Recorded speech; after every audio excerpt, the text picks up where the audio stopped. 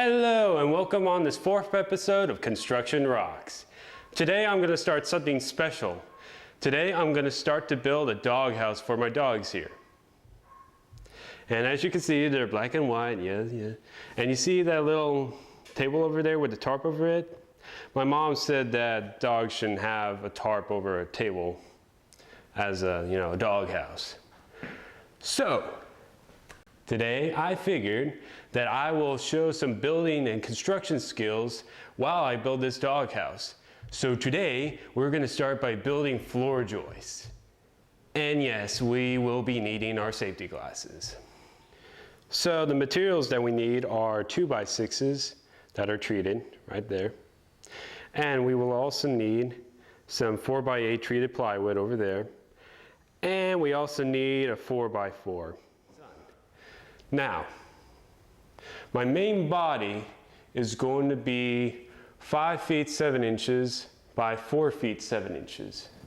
And my porch is going to be 2 feet by 3 feet. Now, this will not be the area inside the doghouse, since the 2x4 plates will take up 7 inches of space, which is 3.5 inches per side. So our true area inside will be 5 feet by 4 feet. It'll all make sense when the video where we put up the walls comes up. Now we'll have a porch that we will attach by using bolts. And these vertical lines that you see right here are the floor beams, which are called floor joists. And these horizontal lines that you see right here, they're called rim joists.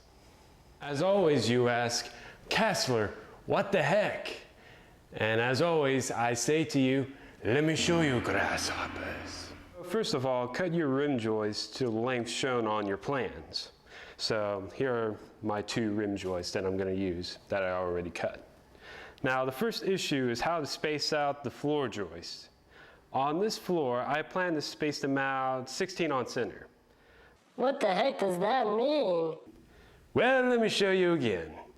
So this is what 16 on center means. It means that the centers on these boards are 16 inches apart. So let me show you what I'm talking about. So if I were to measure between the centers of these boards, like so, they should be 16 inches apart. So if these 2 boards are 16 inches apart on their centers, then that means they're 16 on center. Now all we need to do is to mark where the centers of each floor joist goes. To do that, we need to mark lines 16 inches apart. I could tell you're all bored out of your minds. But let me show you this neat trick on your measuring tape. Now, all measuring tapes come with this handy dandy little trick. So, do you see this red number, number 16? And do you see this red number, 32? Well, guess what? They're 16 inches apart. Hint, hint, hint. So that means that every red mark is 16 inches apart. Double hint, double hint, double hint. Wow! You are an excited crowd, aren't you guys? Hey. So now it's time to mark where the floor joists need to be.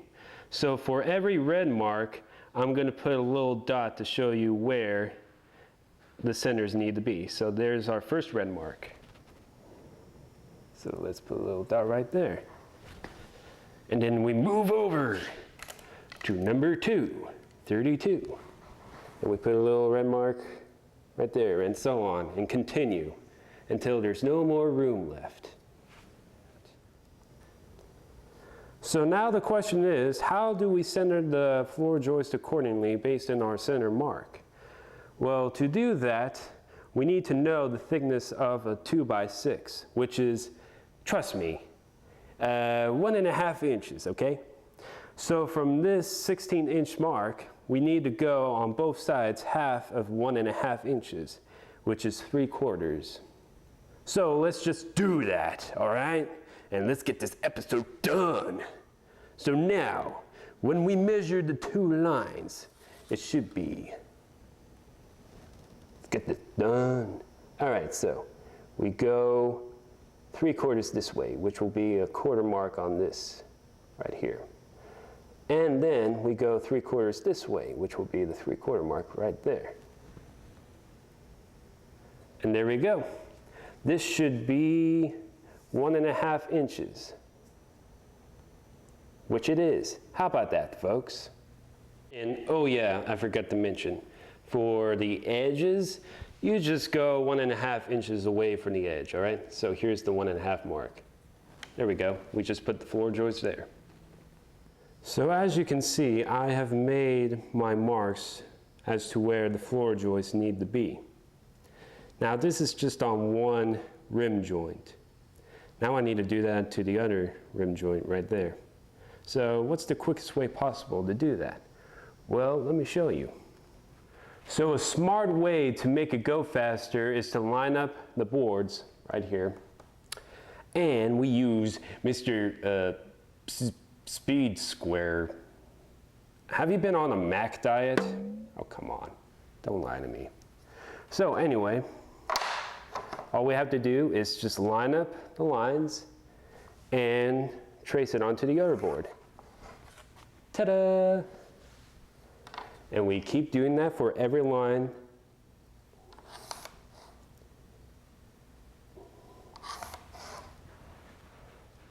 Ta-da! Mr. Speed Square did it again.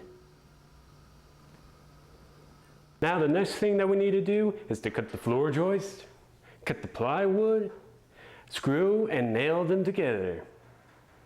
So enjoy this fast forward sequence of me doing the work for you. You're welcome.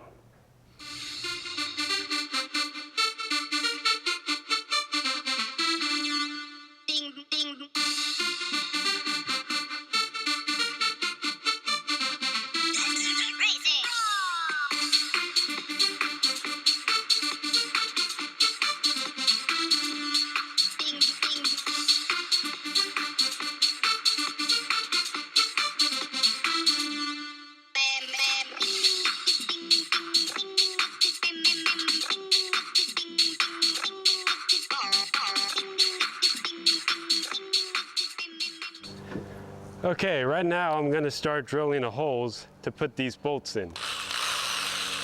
Now the reason why I'm putting bolts in is because I'm combining two different joints together. So there needs to be something really strong to hold them together. And so a bolt is the perfect solution. It's thicker than an average screw and it can be tightened really tight.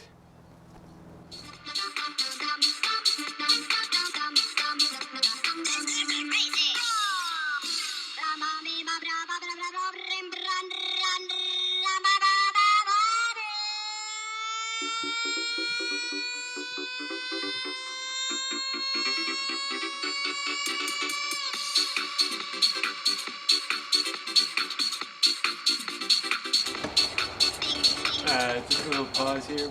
I'm going to take this 4x4 and cut it 7.5 inches. Make 6 pieces of those. And I'm going to use those as stilts for this floor so that it rises a little bit above the ground. Because when it rains in sheets. And so it's basically a river in this area when it rains. So that's why I'm doing that.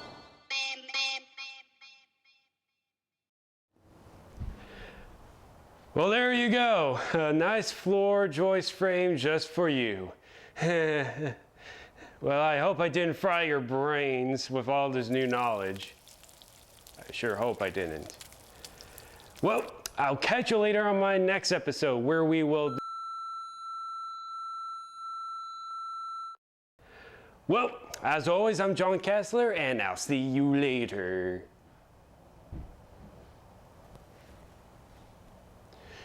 I'll see you later. See you later. See you later. See you later. Now.